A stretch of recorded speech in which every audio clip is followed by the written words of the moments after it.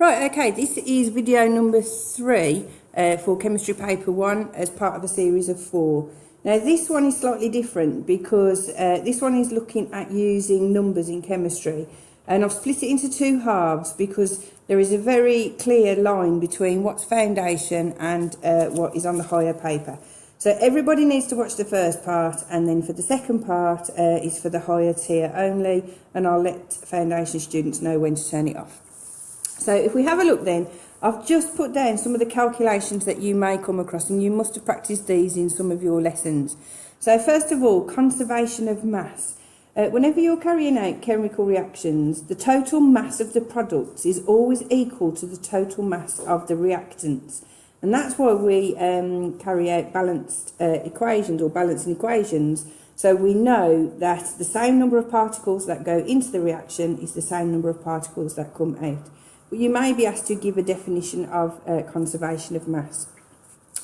The second thing is balancing equations, and some people really struggle with this. And the method that I use is I always, where you've got the reactants and then you've got the arrow to show the reaction, I always put a line underneath and I write a list of the chemicals that are the reactants, and I work out how many particles there are of each. And then I write exactly the same list over on the right hand side, on the product side, in the same order so that it's easy to track across. And then I work out how many particles I've got of each, and then you have a look to see what you need to do to balance it. Now the rule is you are not allowed to add a small number to the right, because if you look at this, this is water. Water is H2O. If I tried to just put another little oxygen on there, then you get H2O2, and that's hydrogen peroxide, and that's a really dangerous chemical.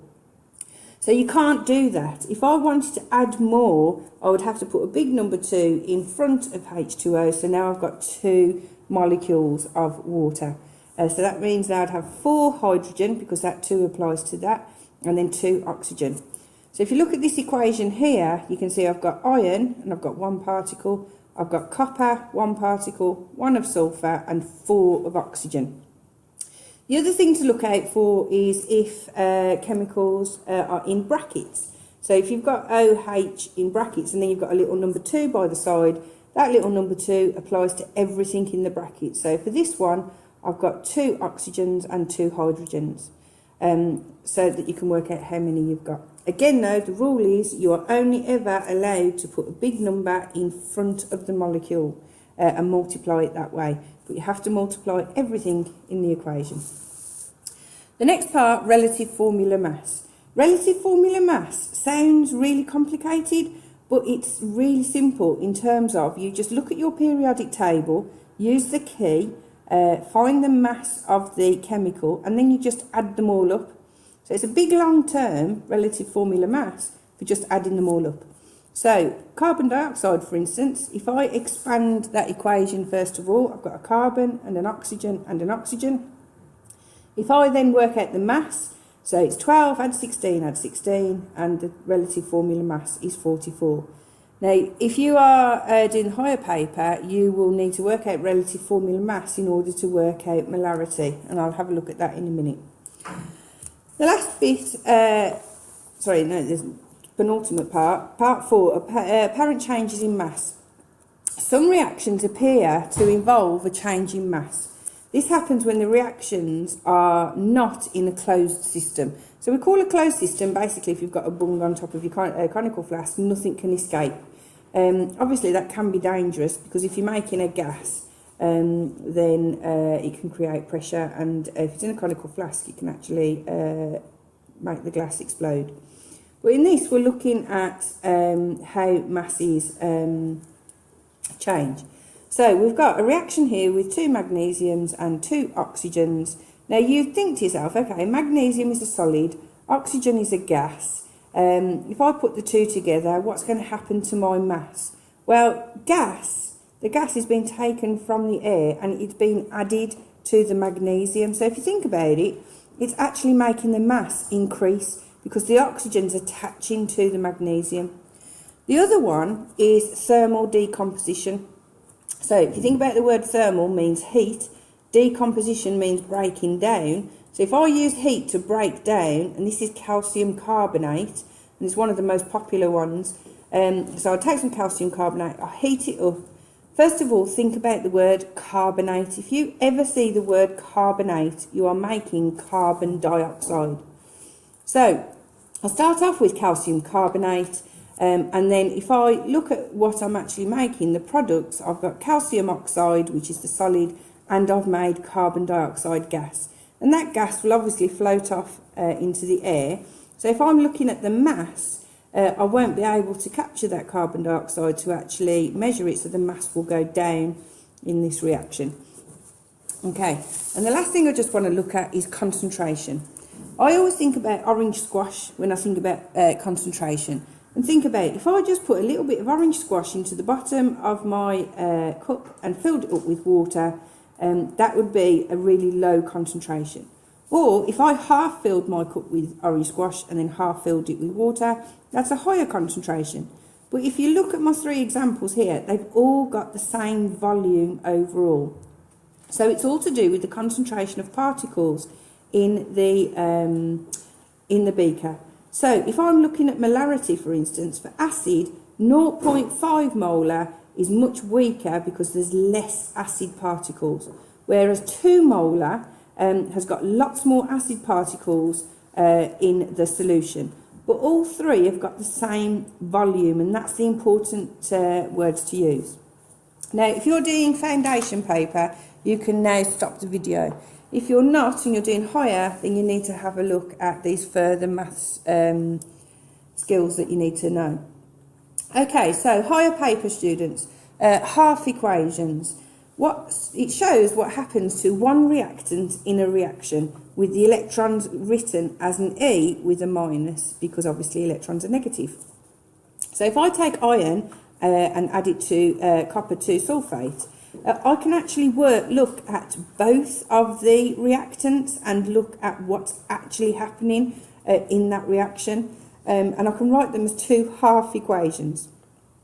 So here I start off with iron as a solid, and then you can see it ends up becoming aqueous, and it's got a 2 plus there to show me that it's got 2 more positive protons because it's lost 2 electrons. So if you look here, it's Fe2 plus 2 electrons because they've been released. Whereas if I look at my copper Cu2 plus is aqueous, and I've got 2 electrons that have been released, but I want to add them on to make it a full copper atom again. So I've got my 2 reactions, 2 half equations showing what's actually going on with the electrons. Always make sure you put the negative above the electron because obviously it is negatively charged. The next one, ionic equations. Ionic equations, if you remember in the last video I talked to you about ions are charged particles. Ionisation is the process of charging a particle. Ionic equations is just showing what happens in that reaction. So it's used to simplify equations. It shows the species, which is the different atoms, molecules or ions in the reaction, involved in the reaction, and not the spectator ions. So what you've got to think about is, what is this question asking? Do I actually need to worry about everything in this equation? No, because this question is saying silver nitrate solution added to sodium chloride solution, a white precipitate of silver chloride is produced.